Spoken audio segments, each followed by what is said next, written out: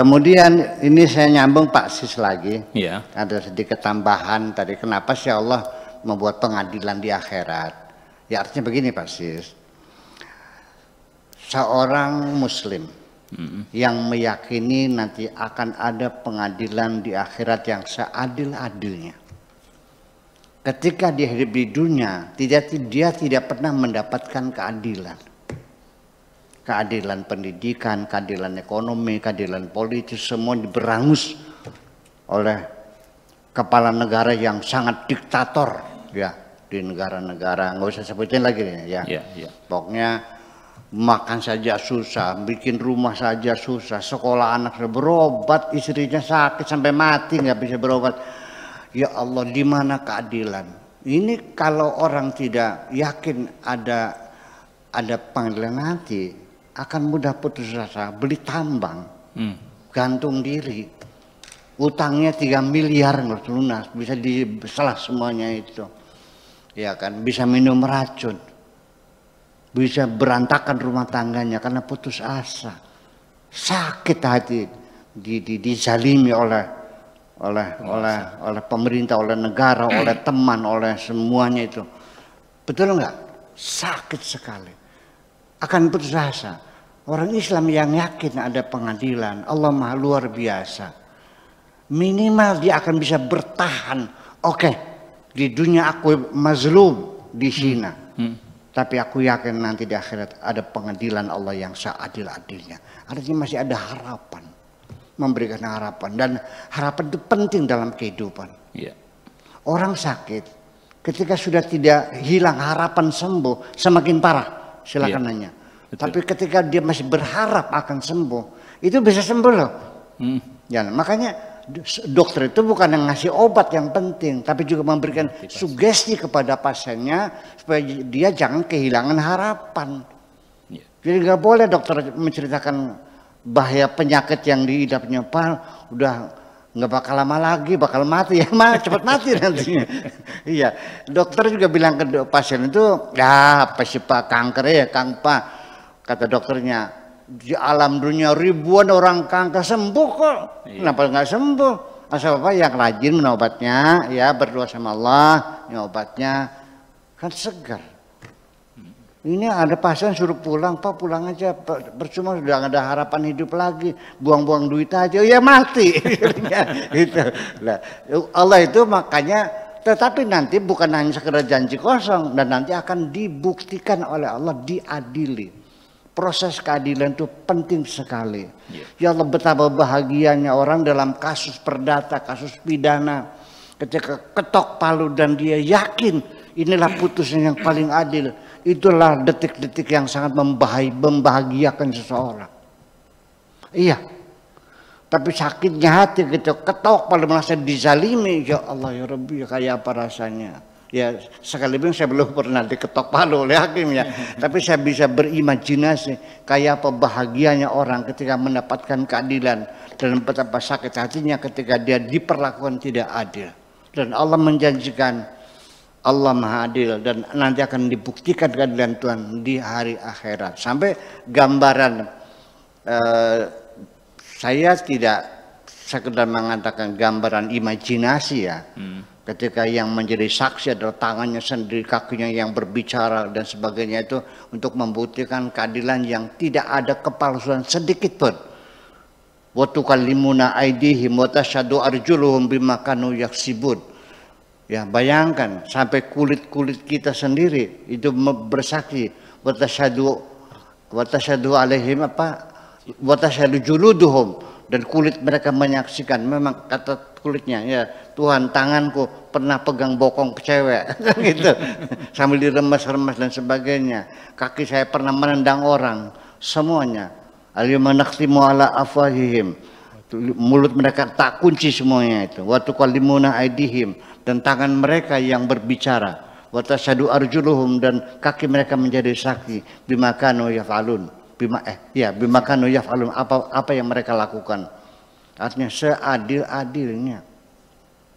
Tetapi lagi, di antara pengadilan negara dan pengadilan akhirat, setiap hari kita ini menghadapi pengadilan domir, pengadilan hati nurani. Pengadilan hati nurani sebelum di akhirat, selagi masih di dunia, pengadilan Tuhan sudah dihadirkan dalam hati kita ini. Namanya mahkamatul domir, mahkamah hati nurani. Ya, kalau mahkamah negara mah, ya Allah, kasus Siska dulu tuh ya, sampai 38 kali sidang nggak putus-putus. Yang masalah kopi. Sianida. Hah? Sianida. Ya, sianida itu. Saksi ahli. Ya, hakimnya sidang lagi. Pengadilan domir, pengadilan hati nurani kita ini, Pak. Saksinya ada di dalam diri kita. Pengacaranya dalam diri kita, hakimnya dalam diri kita, bukti-buktinya dalam diri kita. Sidangnya tidak perlu lama-lama, asal kumpul langsung ketok palu, dan hukumannya adalah nyata. Ketika Anda dinyatakan bersalah, yang saksinya adalah diri kita sendiri, yang membela ya otak kita sendiri. Di situ terjadi perdebatan antara hati dan akal kita di hadapan mahkamah hati nurani itu. Dan nanti kalau di pengadilan negara ditahan di sel, itu sel itu 4x4 ya. Iya. Ya kan? Masih bisa selonjor, masih bisa berbaring, masih bisa miring. Tapi kalau mahkamah domir, mahkamah hati nurani, tok masuk sel. Selnya lebih kecil dari badan kita, Pak. Sampai napas saja sesak. Ya Allah ya Rabbi, saya pernah mendampingi orang nazar sampai 12 hari, sampai saya sakit. Nggak mati-mati, dibacain Yasin segala macam. Sampai minta tolong sama Kang Yipmu, minta kirim santri-santrinya. Iya, tolong, kesian nggak tahan saya. Itu. Dan nanti kalau pengadilan negara, tok palu eksekusi, hukum mati, tembak, iya kan? Maka pasukan polisi yang bawa bedilnya semuanya ngantri dan ditembak ceger. Tapi kalau pengadilan hati nurani, tok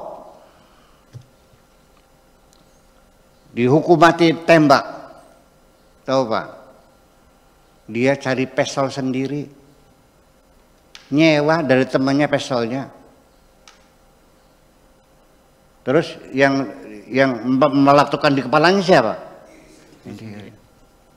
Pengadilan domir, mahkamah atau domir, pengadilan hati nurani, begitu ketok palu, hukuman gantung atas kejahatanmu. Tahu nggak? Dia berangkat ke pasar sendiri, beli tambang sendiri, dibikin kolong sendiri, diikatkan kesunan sendiri, bawa meja sendiri, naruh kursi sendiri, naik sendiri, dimasukkan sendiri. Setelah nyangkul, kursinya dijejak sendiri. Itu mahkamah. Adil banget Tuhan ini. Tahu palu, mati, minum racun. Tahu, beli sendiri. Beli racunnya tawar-penawar lagi. Boleh gak katanya 100.000 harganya. Ya, itulah makanya. Jadi semua apapun penderitaan, kesengsaraan di alam dunia ini adalah merupakan putusan pengadilan hatimu sendiri. Waspadalah bahwa keadilan Tuhan bukan nanti, sekarang Tuhan sudah membuktikan keadilannya. Terima kasih. Ya, terima kasih.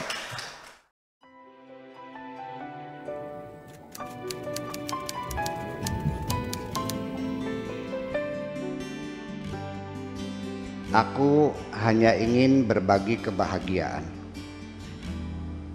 dan tidak menggurui siapapun. Terlalu sulit bagiku untuk menyalahkan siapapun. Akan tetapi apabila ada orang yang ingin mengisi raporku, tentu aku sangat gembira sekali. Dan kujamin aku tidak akan sakit hati sedikit.